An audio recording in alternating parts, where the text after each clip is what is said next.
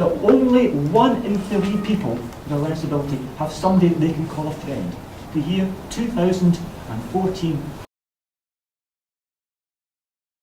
And I would like to think that anybody, any of my friends or my neighbours, if they were in crisis, they could come to my door. But I pay my council tax so that vulnerable people can be looked after.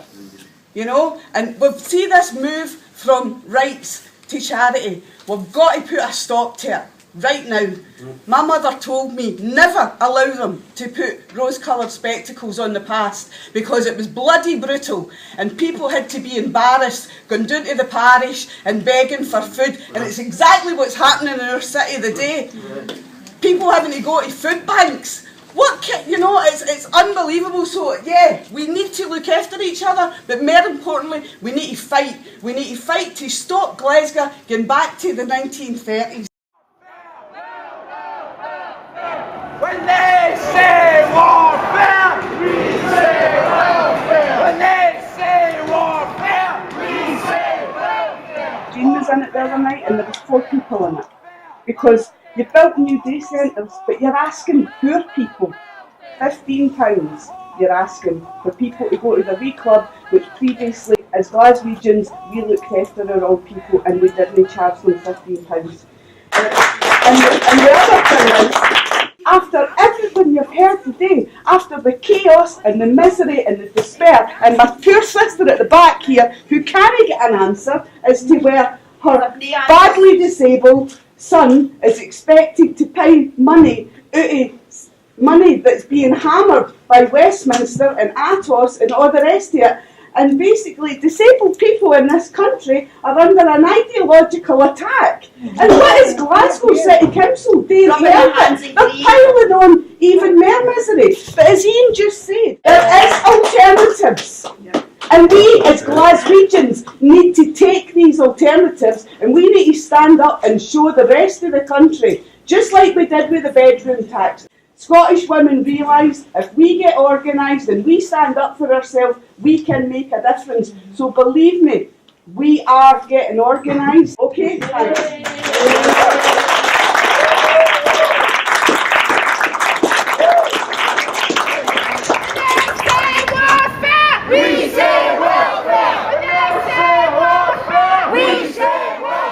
This is a crime that's underway right now, and those that are running it in Glasgow don't think so.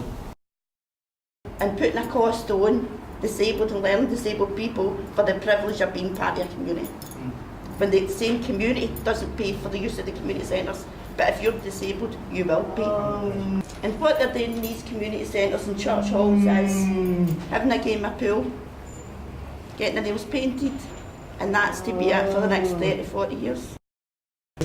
All Tory cuts are implemented in Scotland by non-Tory, inverted commas, politicians. People have had 50% plus cuts in their budget for profoundly disabled adults, and they just can't cope.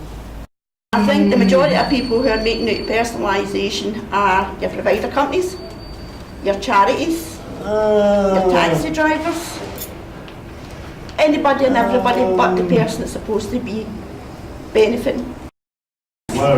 When we were asked to make a client contribution, people disappeared in droves because they didn't have the income, they didn't have the money to use it. That's why it closed. All we see is an increase of misery and chaos for the most vulnerable in our city. If you live in the east end of Glasgow, you'll be lucky to make 60.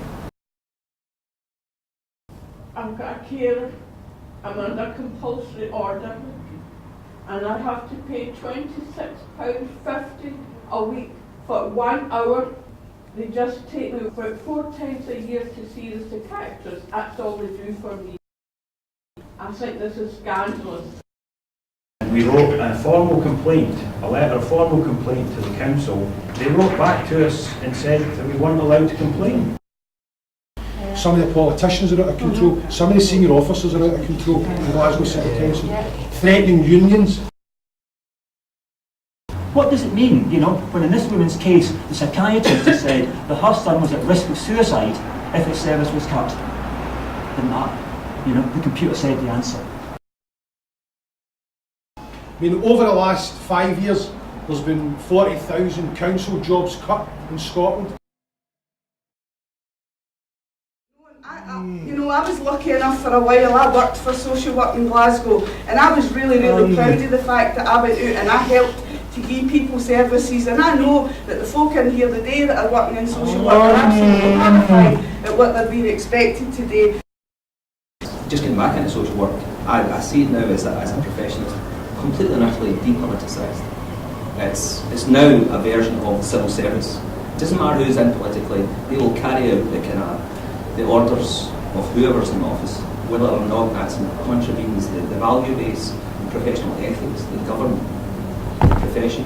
And they seem to become absolutely toothless. Social worker implementing it, I think the dilemma they must face, because how can you walk out of someone's home on their devastation you've left behind? I've gone to speak to young social workers, and they are full of anger about austerity, about the crisis. They are with us. As a profession, we have to stand up and say, no, this contravenes everything we stand for. We're perfect. Social workers, I don't agree with it, but I have to do it. I'm fed up hearing it. See, if you don't agree with it, get it together and go and strike. Don't do it. Don't do it. That's what the workers and the social workers should be doing. And it's a quote for a monument that's down in the Clydeside, and it's my favourite monument in Glasgow. It's there to honour those who fought against fascism in the Spanish Civil War. It's better to die on your feet than to live on your knees. And the quote on it helps me when I'm feeling battle weary. It's a scandal there's not been a general strike in Britain in the last 5 years. There should have been. Failure by the leaderships, particularly at a UK level. That's really the only thing I can think about it, is how do we change this? Every community is going to stand together and to have a representative for that community. Then we'll have communities joining together and stand as a one voice for our community, our oppressed, our elderly, our needy. What I've seen is that we can make a difference. If the bedroom tax, I've seen loads of women being re-politicised or politicised for the first time, and we made politicians accountable, and we chapped them, and we were bloody nuisances, and because we were bloody nuisances, the Scottish Parliament got their act together and did something about it. I looked to our past and I seen characters like Mary Barber in 1915 rent strike. When they say cut back, we say fight back. When they say cut back, we say fight back. Cut back, fight back. Cut back, fight back. Cut back, cut back. Also made me look at just how amazing some of the people in Glasgow are. You know, we had the Glasgow girls in 2005. We're lucky enough, one of them's in this room today, who stood up and said, no on my block, no on my watch, you're no dragging Waynes out their bed. That's it, enough is enough.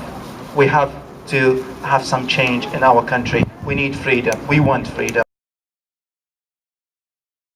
If you don't fight, you're going to lose.